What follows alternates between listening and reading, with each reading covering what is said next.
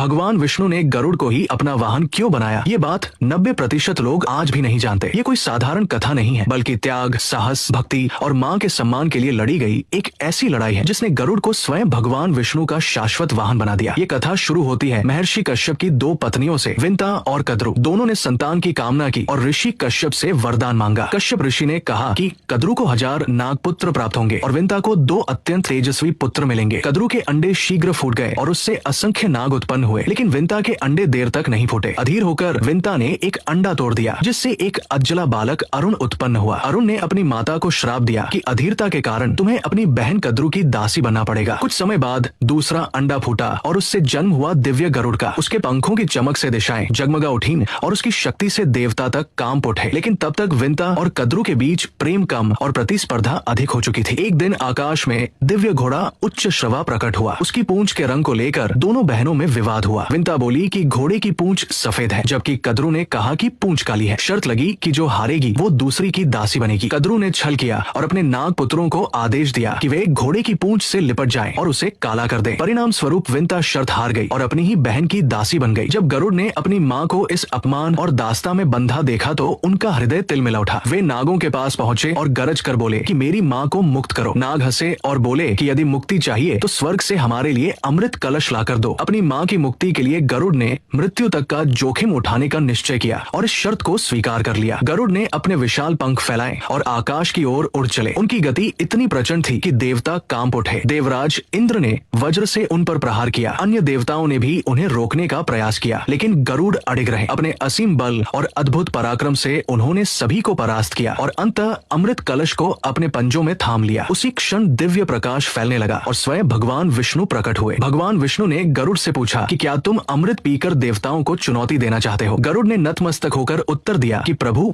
ये अमृत मेरे लिए नहीं है। मैं इसकी एक बूंद भी नहीं पीऊंगा। ये तो मेरी माँ को नागों की दास्ता से मुक्त कराने का मूल्य है। गरुड़ के त्याग, भक्ति और धर्म निष्ठा को देखकर भगवान विष्णु अत्यंत प्रसन्न हुए। उन्होंने कहा कि त्याग और भक्ति का इससे बड़ा उदाहरण कोई नहीं हो सकता। विष्णु जी ने गरुड़ को वरदान दिया कि बिना अमृत पिए ही तुम अमर रहोगे और आज से तुम मेरे वाहन बनोगे। जब भी मैं अवतार लूंगा तुम मेरे साथ रहोगे। गरुड़ ने भी भगवान विष्णु से एक वरदान मांगा कि प्रभु, मेरा चिन्ह सदैव आपके ध्वज पर रहे। भगवान विष्णु ने ये वरदान स्वीकार किया और तभी से उनका ध्वज गरुड़ ध्वज कहलाने लगा। इसके बाद गरुड़ अमृत कलश को नागों के सामने रखकर अपनी माँ विंता को मुक्त कराते हैं। उसी क्षण देवराज इंद्र का वज्र गिरता है, वर्षा होती है और अमृत वापस स्वर्ग लौट जाता है। नाग अमृत से वंचित रह जाते हैं, लेकिन विंता सदा के लिए मुक्त हो जाती है। अगर आपको भगवान विष्णु और गरुड़ देव की ये अनसुनी कथा पसंद आई हो तो वीडियो को लाइक करें, शेयर करें और कमेंट में जरूर लिखें